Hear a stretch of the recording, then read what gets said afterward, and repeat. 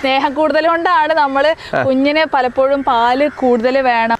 അനാവശ്യമായിട്ട് മരുന്നുകൾ കഴിക്കേണ്ട ആവശ്യമൊന്നുമില്ല. ബ്രസ്റ്റ് ഫീഡിങ് ഉള്ള സമയത്ത് മാക്സിമം ഡയറ്റിങ് കാര്യങ്ങൾ ചെയ്യാതിരിക്കുന്നതാണ് ഏറ്റവും നല്ലത്. അപ്പോൾ ചങ്ങന്മാരെ, ഇതാണ് നമ്മുടെ ഡോക്ടർ ശ്രേയ. അപ്പോൾ ഡോക്ടർ എന്താണെന്ന് വെച്ച് കഴിഞ്ഞാൽ, ഇന്ന് നമ്മുടെ സഹോദരിമാർ എത്ര സ്ലിം ബ്യൂട്ടി ആണെങ്കിലും കല്യാണം കഴിഞ്ഞ് ഒന്ന് പ്രസവിച്ച് കഴിഞ്ഞ് കഴിഞ്ഞാൽ ദേ കിടക്കണം ഇപ്പം എന്നൊരു വീർക്കലാണ്. അപ്പോൾ അതോടെ തന്നെ അവരുടെ ആ ഒരു തടി അവരങ്ങനെ മെയിൻറ്റെയിൻ ചെയ്യും. പിന്നെ അസുഖങ്ങളായി, പ്രശ്നങ്ങളായി. അപ്പോൾ എത്ര സ്ലിം ബ്യൂട്ടി ആയിട്ടും കാര്യമില്ല, പ്രസവം കഴിഞ്ഞാൽ കഴിഞ്ഞു എന്ന് പൊതുവേ നാട്ടിൽ പറച്ചലുണ്ട്. അതിന്നൊക്കെ വിപരീതമായിട്ട് ഡോക്ടർ ഇപ്പോൾ പ്രസവിച്ച് ജനിച്ചിട്ട് എത്ര 5 months. ഓക്കെ. അപ്പോൾ മോനെന്താ പേര്? പ്രയാൺ ഉഷാറല്ലേ? ഓക്കെ. അപ്പോൾ പ്രയാൺ മോനെയായിട്ട് ഡോക്ടർ ഇതേ തടി മെയിൻറ്റെയിൻ ചെയ്ത് ഇതുപോലെ സ്ലിം ബ്യൂട്ടി ആയിട്ട് നിൽക്കുമ്പോൾ നിങ്ങൾക്ക് പറഞ്ഞു തരാനുള്ള, നമ്മുടെ സഹോദരിമാർക്ക് പറഞ്ഞു തരാനുള്ള ഒരുപാട് കാര്യങ്ങൾ നമ്മുടെ ശ്രേയ ഡോക്ടറിൻ്റെ അടുത്തുണ്ട്. ഡോക്ടറെ പറയൂ, പ്രസവശേഷം സ്ത്രീകൾ അമിതവണ്ണം, ഭാരം കൂടുന്നു, അതിനുള്ള കാരണം എന്ത്? അത് ഇല്ലാതാക്കാൻ എന്ത് ചെയ്യാം? നമുക്ക് ഫസ്റ്റ് ഓഫ് ഓൾ ഞാൻ പറഞ്ഞത്, പ്രസവം കഴിഞ്ഞാൽ നമുക്ക് എല്ലാവർക്കും സെലിബ്രേഷനാണ്. അത് നമ്മൾ സെലിബ്രേറ്റ് ചെയ്യേണ്ടത് തന്നെയാണ്. നമ്മളെ വീട്ടിലൊരു പുതിയ അംഗം വരികയാണ്, അപ്പൊ അതിൻ്റെതായിട്ടുള്ള സെലിബ്രേഷൻസ് ഓഫ് കോഴ്സ് ഉണ്ടായിരിക്കും.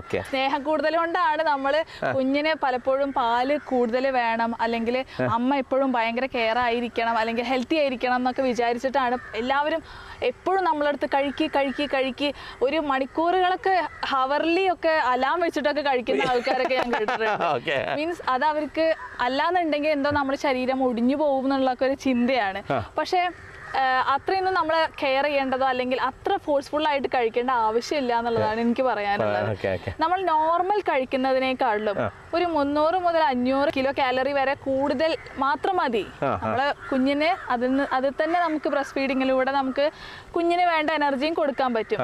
പക്ഷെ നമ്മൾ ഈ ഹവർലി കഴിക്കുക, രാവിലെ എഴുന്നേറ്റിട്ട് ചോറ്, അത് കഴിഞ്ഞിട്ട് പിന്നെയും ചോറ്, നെയ്യിൽ ഇതാക്കിയ ചോറ്, പിന്നെ ബാക്കിയുള്ള ചിക്കൻ, മട്ടൺ എന്നൊക്കെ പറഞ്ഞിട്ട് അടിച്ചു കയറ്റലാണ് പൊതുവെ കഴിഞ്ഞ സംഭവിക്കുക. അപ്പൊ ഈ ഫുഡൊന്നും കൂടാതെ പിന്നെയും വേറെ കുറെ വരുന്നുണ്ടല്ലോ അല്ലെ, ലേഖ്യങ്ങളും അതും ഇതൊക്കെ ആയിട്ട് കണ്ടമാനം വരുന്നുണ്ടല്ലോ അല്ലെ. പ്രസവിച്ച് കഴിഞ്ഞാൽ എന്തൊക്കെയോ നമ്മുടെ ശരീരത്തിൽ നിന്ന് പോയി എന്നുള്ളത്, അതിനായിട്ടുള്ള ഒരുപാട് മരുന്നുകൾ പല തരത്തിൽ ഇപ്പൊ നമുക്ക് പലതുമായിട്ട് മാർക്കറ്റിംഗിൽ അവൈലബിൾ ആണ്.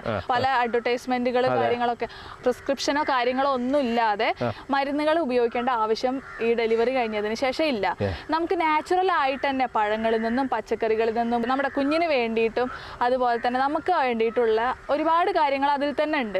അതാണ് അപ്പൊ ഡോക്ടറിന്റെ ഈ ഒരു സ്ലിം ബ്യൂട്ടിന്റെ രഹസ്യം എന്നാണ് പറഞ്ഞു വരുന്നത് അല്ലേ.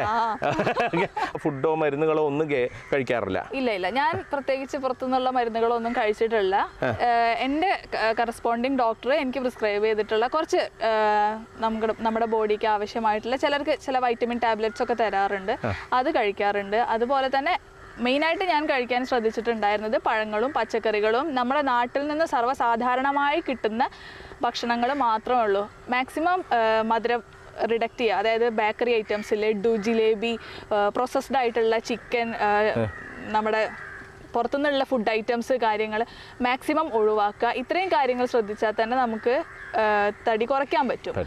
പിന്നെ അതിൽ ശ്രദ്ധിക്കേണ്ടത് എന്താണെന്ന് വെച്ച് കഴിഞ്ഞാൽ, ഈ ബ്രസ്റ്റ് ഫീഡിങ് ഉള്ള സമയത്ത് മാക്സിമം ഡയറ്റിങ് കാര്യങ്ങൾ ചെയ്യാതിരിക്കുന്നതാണ് ഏറ്റവും നല്ലത്. വയറ് ചാടൽ എന്നുള്ള അതൊക്കെ ഉണ്ടല്ലോ അല്ലെ, അതിന് ഒരു ബെൽറ്റൊക്കെ കാര്യമൊക്കെ കെട്ടിയിട്ട്. അതെ, അത് പൊതുവെ പഴയ ആൾക്കാരെ സംബന്ധിച്ചിടത്തോളം ഈ നമ്മളെ വയറിലുണ്ട് ടൈറ്റ് ആക്കി കെട്ടുക എന്നുള്ള രീതി, അത് വളരെ റോങ് ആയിട്ടുള്ള ഒരു കാര്യമാണ്.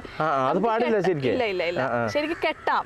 അത് എന്തിനാന്ന് വെച്ച് കഴിഞ്ഞാൽ നമ്മള് അത്രയും മന്ത് നമ്മളെ വയറ് വീർത്തിരിക്കുകയാണ്. അത് കഴിഞ്ഞ് ഒന്ന് ഒതുങ്ങാൻ അല്ലെങ്കിൽ ഒരു സപ്പോർട്ടിന് വേണ്ടിയിട്ടാണ് നമ്മളെ വയറിൻ്റെ അവിടെ ഉള്ള മസിൽസിന് വേണ്ടിയിട്ട് ഒരു സപ്പോർട്ടിന് വേണ്ടിയിട്ടും അതുപോലെ ബാക്കിന് വേണ്ടിയിട്ട് ഒരു സപ്പോർട്ടിന് വേണ്ടിയിട്ടും ഒരു ചെറിയ ടൈറ്റ് ഉള്ള ബാൻഡേജ് നോർമലി ഡോക്ടേഴ്സ് കൊടുക്കാറുണ്ട്. അതൊക്കെ നമുക്ക് ധരിക്കാവുന്ന. പക്ഷേ ഞാൻ പറയണത് കേട്ടിട്ടുണ്ട്, നമ്മുടെ ഈ ടൈറ്റാക്കി കെട്ടിയിട്ട് നമ്മളെ വിരൽ പോലും കടക്കാൻ പറ്റാത്ത അത്രയും ടൈറ്റ് ആക്കിയിട്ട് വയറ് കെട്ടണം എന്നാലേ ചുങ്ങി പോവുള്ളൂ എന്നുള്ള രീതിയൊക്കെ ഞാൻ കേട്ടിട്ടുണ്ട്. പക്ഷെ അതിൻ്റെ ഒന്നും ആവശ്യമില്ല. നമ്മളെ യൂട്രസ് ചുരുങ്ങാൻ ഏകദേശം ഒരു 6 weeks ഒക്കെ എടുക്കും.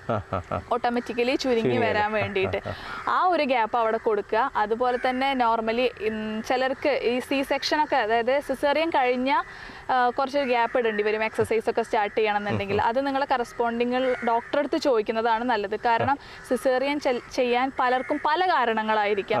അപ്പം അതൊന്ന് ശ്രദ്ധിച്ചിട്ട് ആ ഡോക്ടറെ അടുത്ത് ചോദിക്കുക, എപ്പം മുതൽ എനിക്ക് ഇനി എക്സസൈസുകൾ സ്റ്റാർട്ട് ചെയ്യാൻ പറ്റും എന്നുള്ളത്. നോർമൽ ഡെലിവറി കഴിഞ്ഞിട്ടുള്ള ഒരാൾക്കാണെന്നുണ്ടെങ്കിൽ ഒരു 40-45 ഡേയ്സ് കഴിഞ്ഞതിന് ശേഷം വയറിനൊക്കെ വേണ്ടിയിട്ടുള്ള ചെറിയ ചെറിയ എക്സസൈസുകളൊക്കെ സ്റ്റാർട്ട് ചെയ്യാവുന്നതാണ്. ഇപ്പം നമ്മൾ ടൈറ്റായി കെട്ടിക്കഴിഞ്ഞാൽ നമ്മൾ C-section ചെയ്തതിൻ്റെ മുറിവ് ഉണ്ടായിരിക്കും, അത് ഉണങ്ങാൻ ബുദ്ധിമുട്ടാണ്. അതുപോലെ നോർമൽ ഡെലിവറി ആണെന്നുണ്ടെങ്കിൽ നമ്മൾ താഴ്ഭാഗത്ത് എപ്പിസെക്ടമി എന്ന് പറയും, ആ വൂണ്ട് ഉണങ്ങാൻ ബുദ്ധിമുട്ടായിട്ട് വരും. പിന്നെ ഈ ടൈറ്റായി കെട്ടിക്കഴിഞ്ഞാൽ കാലിലൊക്കെ പൊതുവെ നീര് കാര്യങ്ങളൊക്കെ കൂടാനുള്ള ചാൻസ്, ബ്ലഡ് സർക്കുലേഷനെ ബാധിക്കുന്നത് വളരെ ശ്രദ്ധിക്കേണ്ട കാരണം. അതുകൊണ്ടാണ് നമ്മൾ ഈ ടൈറ്റ് ബാൻഡേജ് വേണ്ട എന്നുള്ളത് പറയാൻ മെയിൻ കാരണം. പിന്നെ എന്ന് പറഞ്ഞു കഴിഞ്ഞാൽ ഡെലിവറി കഴിഞ്ഞാൽ നമുക്കൊരു ബോഡി ചെറുതായിട്ടൊന്ന് വെയിറ്റ് കുറയും. കാരണം കുഞ്ഞു പോയതിൻ്റെ ആ ഒരു വെയിറ്റ് കുറയലുണ്ടായിരിക്കും. അതുപോലെ നമ്മൾ അമ്നിയോട്ടിക് ഫ്ലൂയിഡ്, ഗർഭാശയത്തിനുള്ളിലുള്ള വെള്ളം പോകുന്നതിൻ്റെ വെയിറ്റ് കുറയും. അതുപോലെ കുറച്ചൊക്കെ ബ്ലഡ് പോകുന്നതിൻ്റെ ഒക്കെ ആയിട്ട് ഓട്ടോമാറ്റിക്കലി നമ്മളെ ബോഡി ഒന്ന് ചുരുങ്ങും. പിന്നത്തെ എന്ന് പറഞ്ഞു കഴിഞ്ഞാൽ ഒരു 6 മാസം ഒക്കെ എന്ന് പറഞ്ഞു കഴിഞ്ഞാൽ ഈ എക്സ്ക്ലൂസീവ് ആയിട്ടുള്ള ബ്രസ്റ്റ് ഫീഡിങ് ഉണ്ടായാൽ തന്നെ, അതായത് കുഞ്ഞിനെ വെറും പാല് മാത്രം ഫീഡ് ചെയ്യുന്ന അമ്മമാരാണെന്നുണ്ടെങ്കിൽ ഓട്ടോമാറ്റിക്കലി അവരെ ബോഡി വെയിറ്റ് കുറയും എന്നുള്ളത് ഷുവറാണ്. പിന്നെ അനാവശ്യമായിട്ടുള്ള ഈ ഫുഡ് ഐറ്റംസുകളും കൂടെ ഒന്ന് കൺട്രോൾ ചെയ്ത് കഴിഞ്ഞാൽ നമുക്ക് ബോഡി അതേപോലെ തന്നെ പഴയ പോലെ തന്നെ മെയിൻറ്റെയിൻ ചെയ്യാവുന്നതാണ്. അപ്പോൾ thank you very much doctor. അപ്പോൾ എൻ്റെ സഹോദരിമാരെ, ഡോക്ടർ ഉണ്ടല്ലോ, ഡോക്ടർ ശരിക്ക് ഏതെങ്കിലും ഒരു പുസ്തകം നോക്കിയിട്ടോ അല്ലെങ്കിൽ വേറെ ഏതെങ്കിലും അറിവ് വെച്ചിട്ടോ അല്ല പറയുന്നത്, പ്രാക്ടിക്കലായിട്ട് അനുഭവിച്ച് കൊണ്ടിരിക്കുന്ന സംഭവമാണ് നമ്മളുമായിട്ട് ഷെയർ ചെയ്തിട്ടുള്ളത്. അപ്പോൾ എന്താ പറയുക, പ്രസവശേഷം കണ്ടമാനം ഭക്ഷണം കഴിക്കരുത് എന്നുള്ളതാണ് ഡോക്ടർ പറഞ്ഞു വരുന്നത്. നമ്മൾ കഴിക്കുന്ന ഭക്ഷണം ഭാഗങ്ങളായിട്ട് അതിൻ്റെ കുറച്ച് പ്രോട്ടീൻ ലെവലും കാര്യങ്ങളൊക്കെ കൂട്ടി, സാലഡൊക്കെ കൂട്ടിയിട്ട് കുഞ്ഞിന് ആവശ്യമായിട്ടുള്ള ഫീഡ് ചെയ്യാൻ ആവശ്യമായിട്ടുള്ള ഭക്ഷണം മാത്രം കഴിക്കുക. ഒരുപാട് ഭക്ഷണം കഴിച്ച് നിങ്ങൾ ഒബിസിറ്റി, തടി കൂടുതലാക്കിയിട്ട് വീണ്ടും ഒരു രോഗാവസ്ഥയിലേക്ക് എത്തും. അതുപോലെ തന്നെ ഈ വയറ് തള്ളൽ കാര്യങ്ങൾ, ഇതിനുമായിട്ട് ബന്ധപ്പെട്ടുള്ള എല്ലാ കാര്യങ്ങളും ഡോക്ടർ വിശദമായിട്ട് പറഞ്ഞു തന്നു. അപ്പോൾ ഡോക്ടറെ thank you very much, thanks a lot. അപ്പോൾ എന്താ പറയുക, ഇത്രയും കാര്യങ്ങളൊക്കെ പറഞ്ഞു തന്നു, അനുഭവത്തിൽ നിന്ന് അടുത്താണ് പറഞ്ഞു തന്നത്. അപ്പോൾ ഡോക്ടറെ ഒന്ന് നമ്മുടെ പ്രേക്ഷകർക്ക് പരിചയപ്പെടുത്താം. ഞാൻ doctor Shreya S Madhavan, homeo ഡോക്ടറാണ്. പാണ്ടിക്കാട് ഡോക്ടർ ബാസിൽസ് ഹോമിയോ ഹോസ്പിറ്റലിൽ വർക്ക് ചെയ്യുകയാണ്. നിങ്ങളത് ശ്രദ്ധിച്ച് കേട്ടിട്ടുണ്ടാവും എന്ന് പ്രതീക്ഷിക്കുന്നു. അപ്പം നിങ്ങൾ എന്താ അറിയോ, ഈ വീഡിയോ കണ്ടു കഴിഞ്ഞാൽ ഉടനെ തന്നെ ഈ വീഡിയോ ഷെയർ ചെയ്യുക. അത് എന്തിനു വേണ്ടിയിട്ടാണെന്ന് വെച്ചാൽ ഇതുപോലുള്ള പ്രസവശേഷമുള്ള ഇതുപോലുള്ള സഹോദരിമാർക്ക് ഈ വീഡിയോ എത്തുമ്പോൾ അതൊരു ഗുണകരമായി മാറുക എന്നത് മാത്രമേ ഈ വീഡിയോ കൊണ്ട് ഉദ്ദേശിക്കുന്നുള്ളൂ. അപ്പോൾ മാക്സിമം വീഡിയോ ഷെയർ ചെയ്യുക. അപ്പോൾ അടുത്തതുപോലുള്ള വീഡിയോ കാണുന്നവരെ ബൈ.